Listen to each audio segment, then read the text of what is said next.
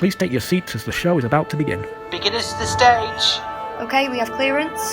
Stand by curtains. Quiet, please. Stand by Q1. Break a leg, everyone.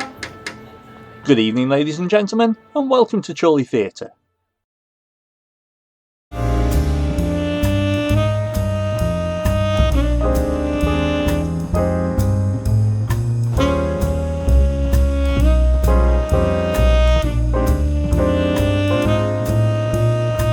I'd just settled down to watch Antiques Roadshow and to have a couple of chocolate hobnobs when my doorbell rang. I were really surprised.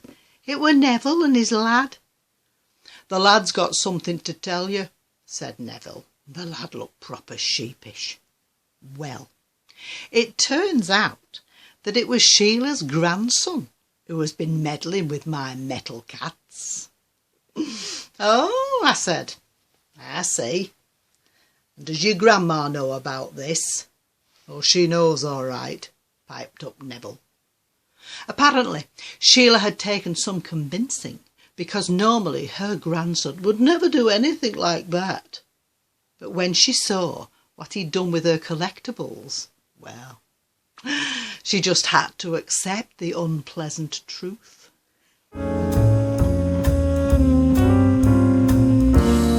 They'd had one of those relationship lessons at school last week, and the lad had become rather obsessed.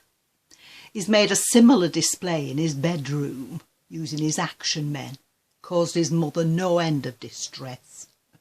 Well, she flew off straight down to gym to kickbox the anguish out of herself, leaving the explanations to them two numpties standing on my front porch.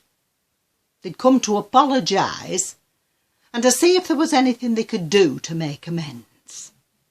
I said my garden needed a tidy up, I could do with some weeding, and my paths needed a good sweep. Well, to be honest, I thought he looked a bit pale. Well, maybe the fresh air had buck him up a bit. So it was all settled. He would come the following day after school. I thought, oh, that's good. Give me a chance to tidy away my garden gnomes.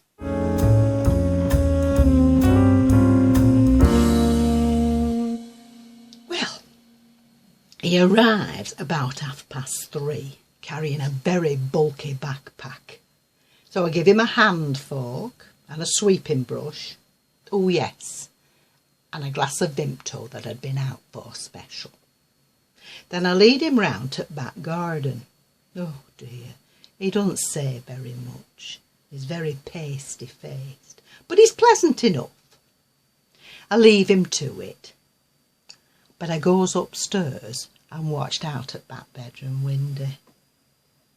He's doing his best, but he's a stranger to a shuffle. So I ended up nipping out and giving him a hand. We sweep everything up together, and then I go in and get us both a piece of ginger cake. We were just sitting down, and he'd started to chat, when Sheila arrives in Ginnell. "I hope that's not ginger cake," she said. "It'll ruin your dinner, and it'll stick to your teeth." Well, I tell her that it's only a small piece, and it's a reward for the lad's hard work. And anyway, I find that people would rather prefer a soft, moist piece of cake instead of a crumbly, dried-up one. I were thinking of Sheila's Bakewell tart when I said that bit. It's always dry as a bone, and she only ever shows it the jam. But I didn't say. I mean, I suppose Sheila would call herself frugal. I just call her tight. The lad puts down his plate and he thanks me for the cake, and I feel that we're parting as friends. I tell him he's welcome to pop in any time he likes. Sheila doesn't look too pleased as she shepherded him back to her house. I look down, and there's next door's cat. Oh, it cuddles up to me, wraps its tail round my leg. "What do you want?" I said, as I give it a little stroke. Oh, I love to hear it purring. And then I picked up the plates and I went back inside.